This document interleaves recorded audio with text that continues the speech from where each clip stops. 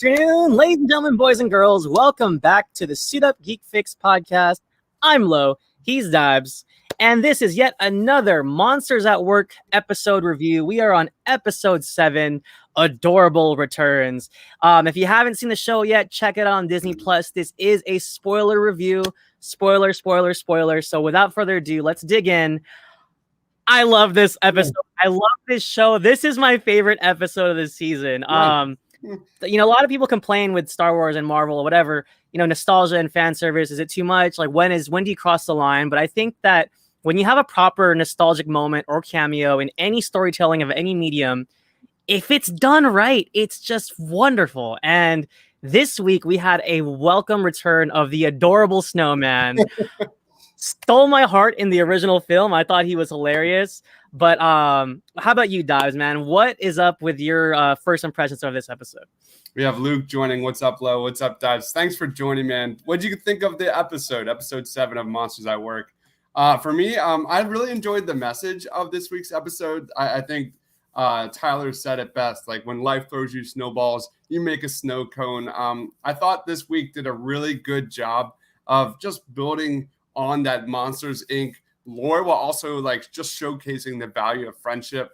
In previous episode reviews, we talked about this, where is this series going? And we talked about it last week, actually.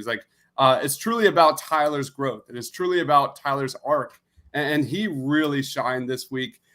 This week, we saw Tylor kind of make that ultimate sacrifice, put others in front of himself, rather than grasp, probably the biggest moment of his life, the fact that he's finally getting that one shot, and he chose, the adorable snowman over that. So it's really nice to see the writers kind of take a break from the Duncan myth team a little bit here. And, I really enjoyed seeing Tylor being put front and center this week. So all in all, it was a great episode.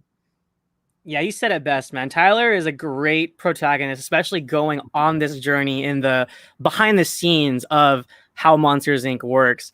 So I want to dive into memorable moments. I don't want to steal anyone's thunder here, but I think the highlight of the episode, every single week, the writers of this show have installed some type of movie moment or reference that just floors us. And again, they did it when Tylor enters the banishment. He awakens upside down, a la Luke Skywalker in Empire Strikes Back, with adorable snowman in the background in the shadows. I was floored. I was like, this is amazing. This show is incredible. That was easily my favorite moment of the episode. I know you were probably jumping for joy too, man. Were there any other memorable moments for you besides that one? No, that was the best one. It was absolutely laugh out loud. There wasn't Tylor's sacrifice. When you're seeing the adorable snowman get the official title of snow cone maker for Monsters Incorporated, that was a really cool moment. That was great. But seeing Tylor hung up there like he's on Hoth and trying to reach for the chicken like it's a lightsaber. Part of me wanted that chicken to move just like an inch. That would have been just absolutely hilarious. That was the best moment, probably arguably of the season.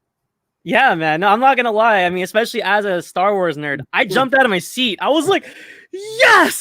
That was great. Totally. So yeah, so far, man, this has been such a joyous moment. And I think I'll add on to seeing the adorable snowman hit the floor. I thought the direction they were gonna go with this episode was that adorable snowman would be a jokester because he's hilarious.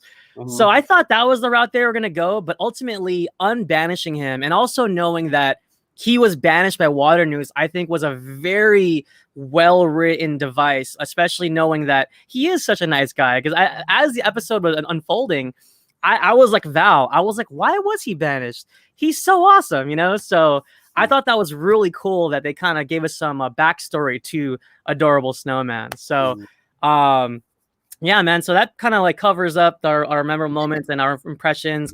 How would you grade this episode? And are you satisfied with the season so far? Because I think, honestly, this is one of the most pleasant surprises for me of the year.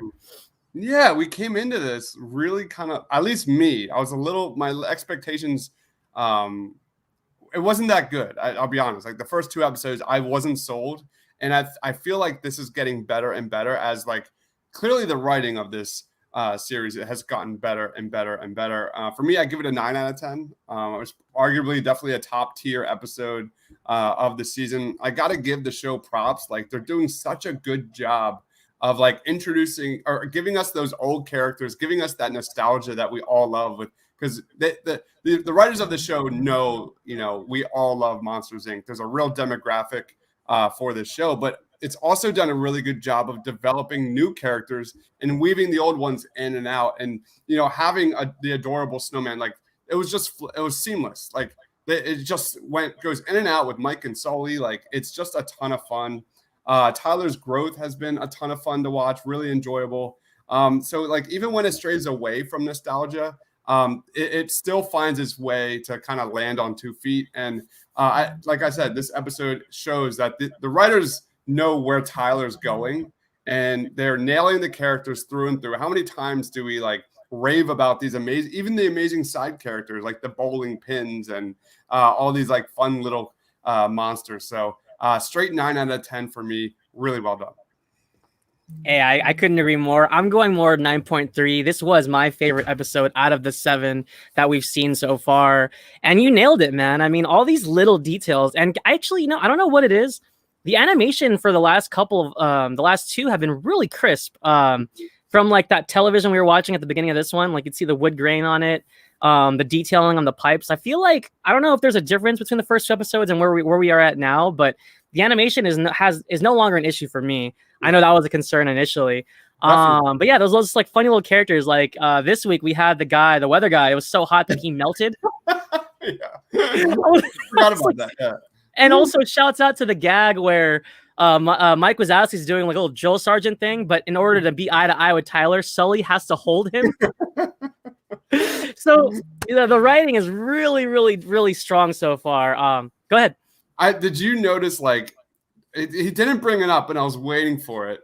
But you had the adorable snowman like went during their first introduction with Tyler, and they're in the cave. And there are snow cones sitting there on like a bench, and they were yellow. They were all yellow.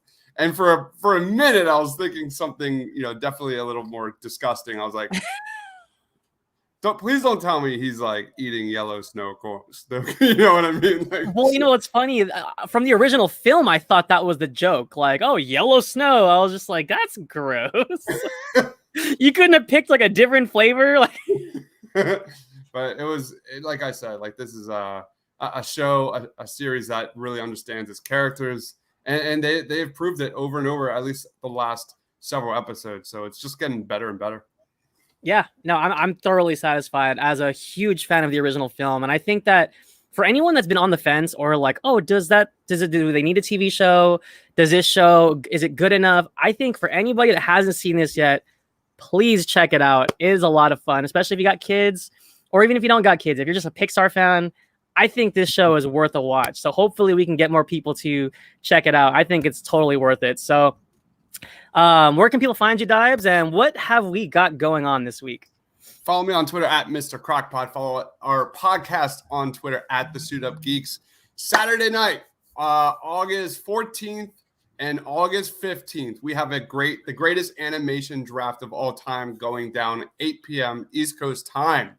10 teams on one night, Saturday, 10 teams on Sunday night, 5 rounds. Everybody's going to pick a collection of 5 of the best animated movies of all time. We've got 10 movies reserved, the heavy hitters reserved for Saturday as well as Sunday, just so it's a little bit balanced. But we're going to do a live draft, and we're going to do a post-game show. So if you're watching, please be sure to join us, react with us, talk trash, say that pick was terrible. It's a lot of fun.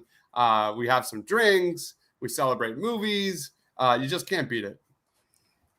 Yes, I cannot wait. I will be competing Sunday night.